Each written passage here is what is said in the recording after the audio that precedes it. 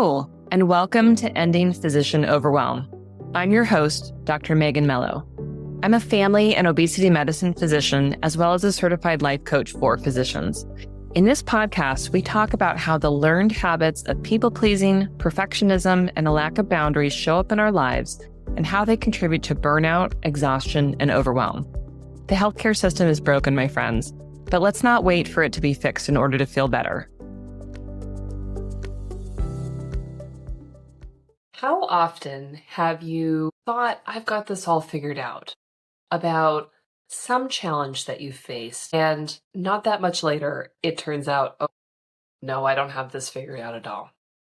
Today, I was remembering a conversation that I'd had a few years back with Sarah Smith, a friend of the show, who is the charting champion coach. And I remembered having a conversation after probably had been a year since I had spoken to her. And she had just gone through a major change in her career. I think she had moved. And I asked her just, how are things going before we recorded? And she said, I am finding myself needing to start over and figure this out. And it was in relationship to charting an inbox. And I was struck by that, right? Because that is what she does. That is what she does for physicians, is helps them to figure out charting an inbox.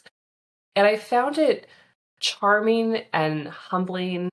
I was just really grateful that she shared that, because it was just so humanizing to hear that someone who has put so much work and energy into supporting other people through that still has to go back and figure things out. And as I was thinking about this today and remembering that conversation, it was striking me, as the seasons are changing, how often these types of events happen, where we go through one season of life, things are humming along, and then we find ourselves in the next season, and the things from last season no longer work. If you have found yourself in that position, whether that's related to seasons of the year, whether it's related to seasons in your career, or just things going on in your life, today's episode is for you, because I'm going to walk through some different ways that we can think about these changes, which are totally normal in our lives, and how we can start to wrap our brains around what to do when we find ourselves transitioning out of one season and into another. I am loving that we are moving into spring right now where I am, and the sunshine is out, the plants are going into the ground for summertime. We've got our tomatoes planted and some lettuces and some fun things. And it's just such a good time of year for us to really dive in and look at, all right, this thing is ending, this thing is coming. How do I start to think about it? So we're going to walk through a few different areas that we need to consider when we are transitioning seasons. And we're going to try and think about this very broadly. Again, yes, it could be seasons of the year, although that's generally not that interesting and probably not that big of a challenge for you. But also thinking about changes that might be coming up in your life. Perhaps you are becoming a parent. Perhaps you are becoming an empty nester. Perhaps you've got aging or sick parents or another adult that you're supporting. Maybe you're moving across the country. Maybe there's a transition in your career. You're leaving fellowship and starting your attending job. Maybe you're changing jobs, or you're leaving clinical medicine to do something else, something non-clinical.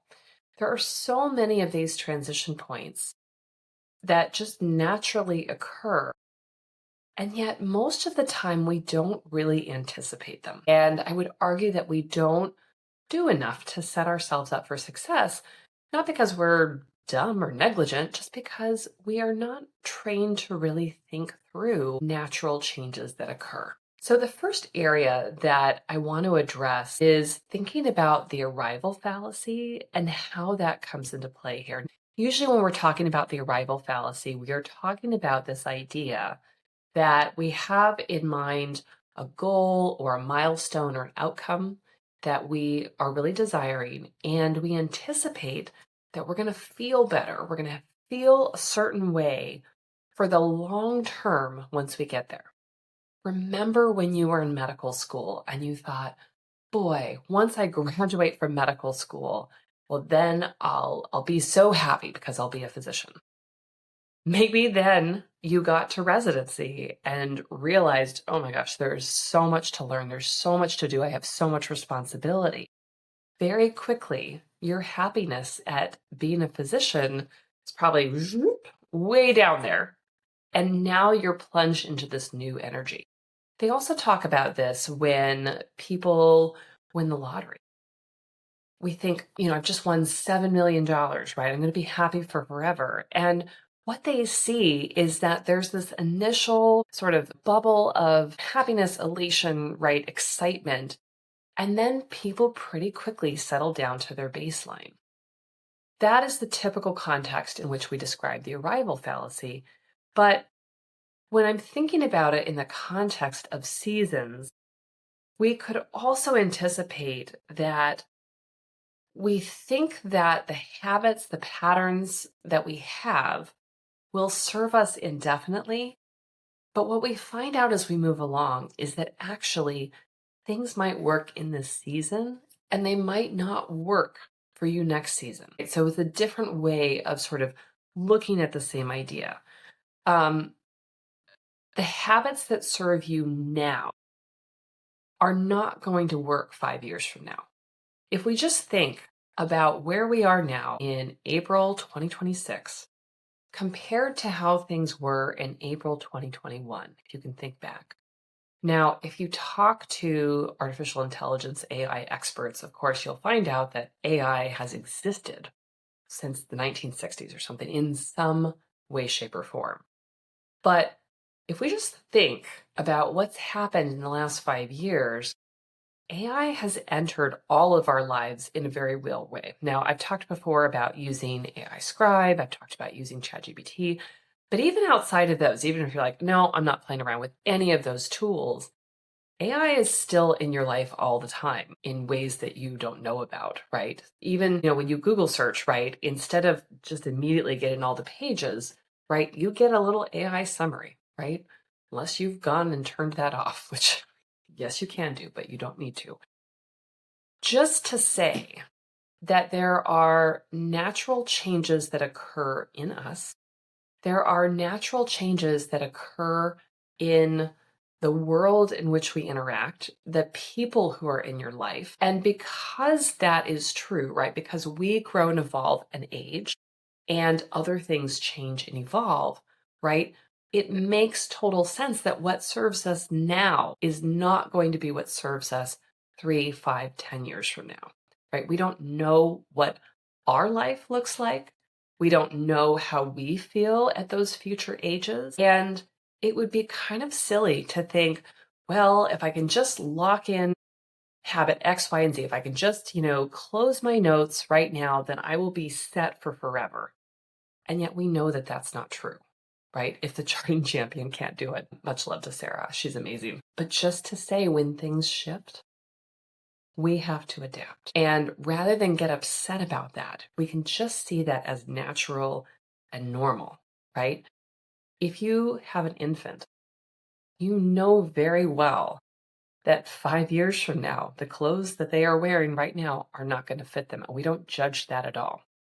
It makes sense, right, that as technology changes, the technology that we currently interact with as physicians, the EMR, the tools, whether they're AI-based or not, right, those things will be different 5 years from now. And we need to figure out what works for us now, but not be so locked into thinking this is the way it's going to be for forever, right? We can see how the arrival fallacy sort of works at play. Now, would everybody call it the arrival fallacy? I don't know. Don't really care. What's important here is the mental flexibility to be able to see things as occurring in seasons, to be able to see that transition and evolution and change are just normal. They're just normal parts of life. And instead of getting upset that we don't dial in something and then it's click and done, for forever, to just acknowledge, I need to figure out what works for me right now. I need to figure out what will serve me right now. The next area that I want us to consider is figuring out what is important right now. And to do that, I think that we need to be sitting in reality and having some dialogue with ourselves what do I need right now? You might be at the end of a season or, just right into a new one. You may have had choice and agency in the end of the season, or maybe not. But if you sit with yourself for a moment and you think about everything that is a part of your existence, everything that is in your current work environment, everything that is in your current home environment, everything that is going on in the world. Oh, that's a whole thing right now. If we take all of that context into consideration, and you can think about the season, actually it's seasons that you're in, right? Yes, we are in spring. Yes, we are in this current phase with the current status of, again, the technology that we work with. We are in the current phase of what healthcare looks like in the United States, or if you're in another country, where you are. We are wherever we are in terms of, again, the things that are in your life. Right now, I have 2 kids. I have a husband. I have a parent who is amazing and in good health. Those things are going to be slightly different looking 5 years from now. What I need right now to thrive with things as they are is different than what I'm going to need 5 years from now. Just a fact. But if you sit and you think, all right, well, here's where I am.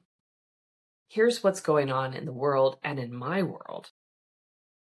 Thinking about what you need is so critical. What support do you need right now?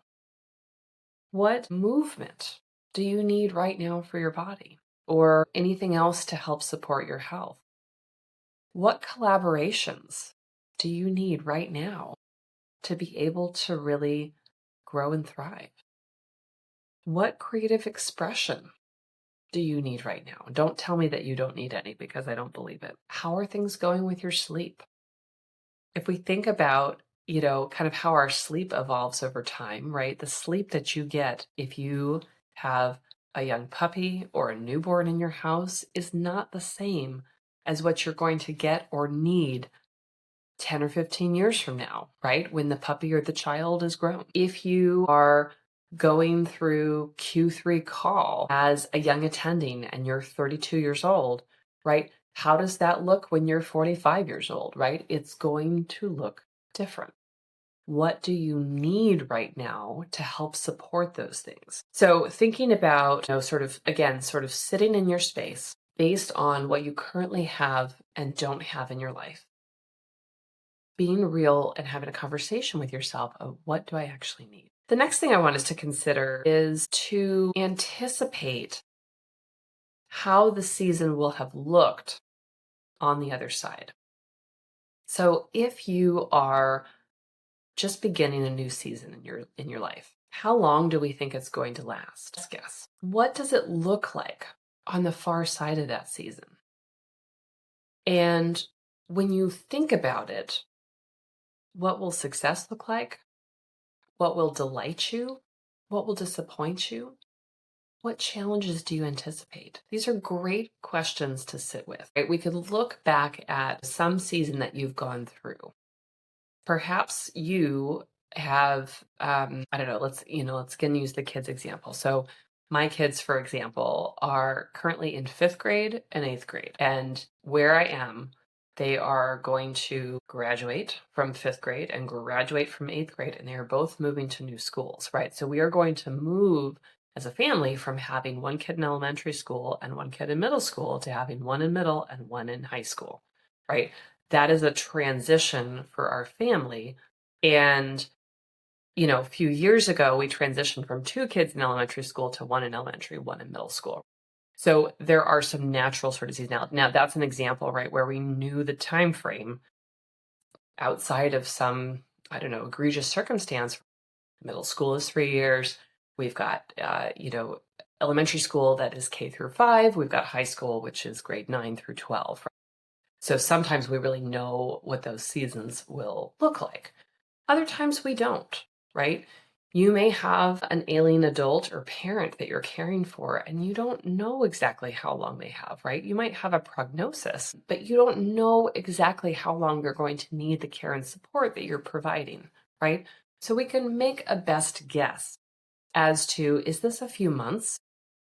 Is this a few years? And think about, again, sort of what is important. What will you look back at the end of this season and see, so that we can kind of anticipate and think forward, right? If we are thinking about, let's say, an ailing parent who you expect is coming to the end of their life, we know that the end is their death. We don't know maybe exactly how long it's going to take, but we can anticipate that that is the likely outcome. And if we know that that is the outcome, how will we judge that time between now and then? And how do we want it to look? Now, this might feel a little bit morbid to do, but if you think about the experience of having lost a parent or someone close to you, or coming to some other natural end of a season, you can look back and see, I wish that we had spent more time together. I wish that I hadn't worried so much about this or that thing. I wish whatever it was, right? We can anticipate some of that and think forward prospectively. If I was knowing that I was going to lose a parent, and let's say someone in my family has cancer, I know that it's terminal, and I don't know exactly how long they'll be with me, but I know that this cancer will be the end of their life. I might decide now that what's important to me is to spend quality time with that person up until the end. And knowing that that's what I want, and that what I don't want to happen is for me to have felt stressed or overwhelmed during that time, that I can think through, what do I need right now in order to be present with my loved one, to be able to manage and handle the challenges that are going to come up during this time period, so that when the end does come, I know that I got the experience that I wanted, even if I didn't choose the outcome. When I think back about the example of my kids, right? So in moving to having a middle schooler and a high schooler, from having an elementary school and a middle schooler, right? There has been a shift that we've noticed because these kids are older, right? And their degree of independence is different. Their needs are different. And I can think ahead about, all right, so if we are entering a phase where we've got 3 years of middle school and we've got 4 years of high school, and at the end of that time, then I'm going to have, an eighth grader who's going to be moving on to high school, and I'm going to have a junior in high school who's moving on to a senior, right? I've got a defined time period, and I can think about, how do I want to show up as a parent in this space now with those kids at those ages? And what do I need to make that happen?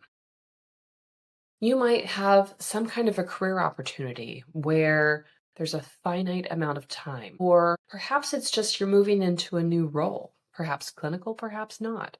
But you know that you will be the new person for a certain amount of time. And you could think about, when I'm no longer the new person, how do I want to look back at the time that I've spent being the new person? What do I want to have accomplished? What do I want that time period to have looked like? What support do I need in order to have that experience, right? So we're looking into the future, imagining ourselves as that person who is the end of this season that we are starting.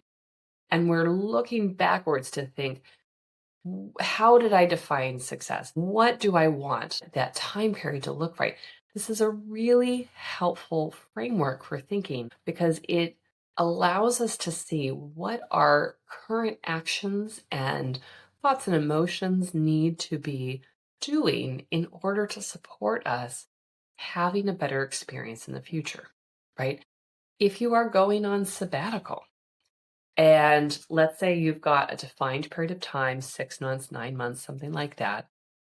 If you are at the end of your sabbatical and you're looking at going back to work, what do you want to have occurred during that sabbatical that will have you feeling like this was such an excellent period of time? This was exactly what I wanted or needed in order to feel refreshed as a human, right? What are those pieces? Be clear with yourself. What challenges do I anticipate during this time? And what would I be disappointed about, right? We don't have complete control, of course, over all the things that happen. I remember this was some years ago, took some FMLA during a period of burnout. I was really struggling and I needed kind of a blank slate. Unfortunately, during that time, my little guy's daycare had a fire. Nobody was hurt. Everything was fine. It was just structural damage. But there was no daycare for that child for, I don't know, 2.5 weeks or something. And so, of the 4 weeks of FMLA, 2.5 weeks or so was taken by, needing to be daycare for my son. Am I being daycare for my son? No. But what I mean is that I didn't have the amount of sort of personal time that I was hoping for in order to be able to rest and recover from what I was experiencing. And I didn't have control over that, but I could control what I could control, right?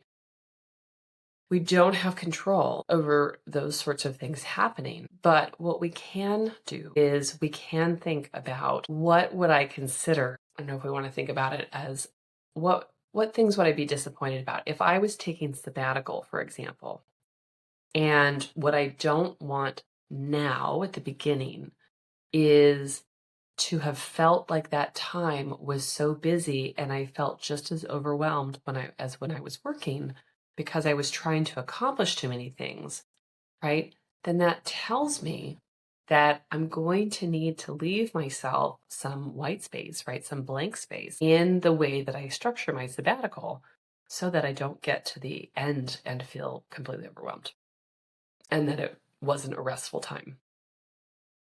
Maybe conversely, you are looking at a sabbatical and you really want to make sure that you're traveling a lot and spending time with loved ones, right? Then your challenge is to make sure that you're making those plans, right? That you are, booking the trips that you want, that you are reaching out to those friends and inviting them to come with you and do whatever the things that you are, right? So we can look at things that we might be disappointed about and try and do the best job we can in preventing that from happening. But it takes us being proactive and thinking about what do I want at the end of this season? So just to sum back up, so we're thinking about the very real instance that things that go on in our lives, right, are not one and done. They are not going to be permanent for forever, right? We will figure out what we need in this season and we can control sort of what that looks like and we can optimize for this season. But we will just accept the fact that there will be a future season and these things will no longer work.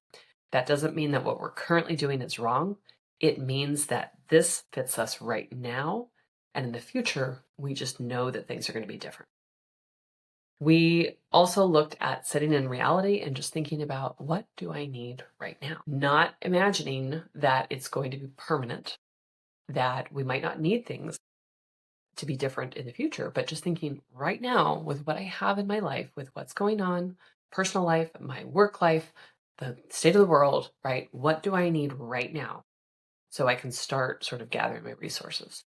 And then finally, anticipating what things look like on the other side of this season, right? So at the end of this current season that we're moving into, what do I want to have happened? What do I want to I hesitate to use the word accomplish because not everything needs to have accomplishments to it. But what I mean by that is we don't necessarily need to think about achievements, but Let's think about experiences. Let's think about how we want to feel.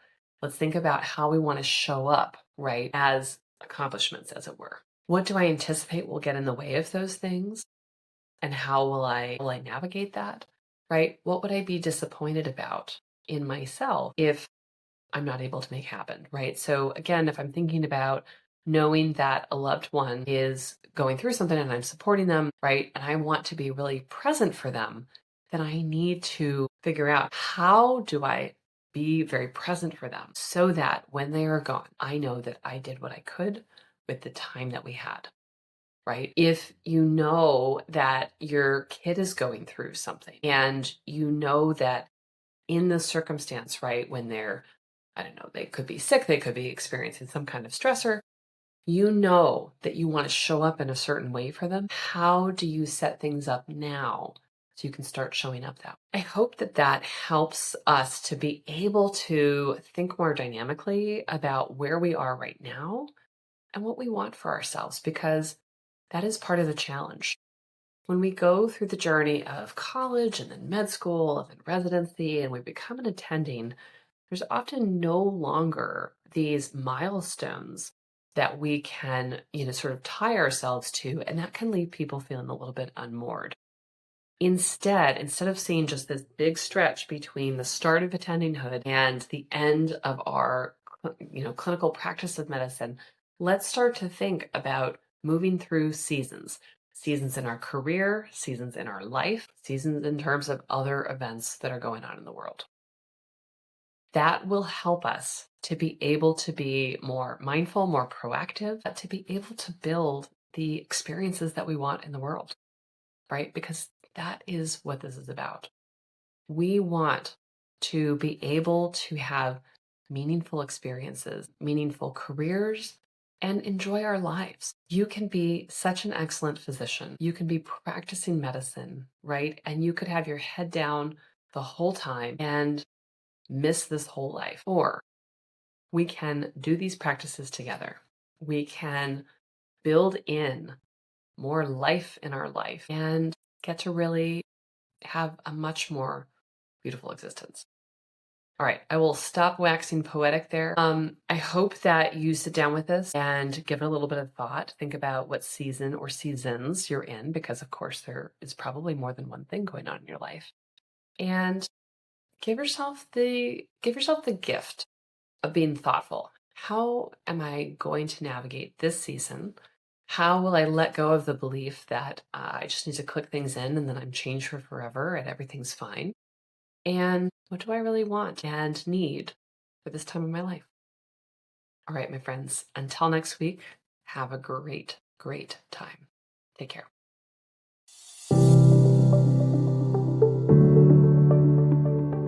Well, that's our show for today. Thank you as always for listening.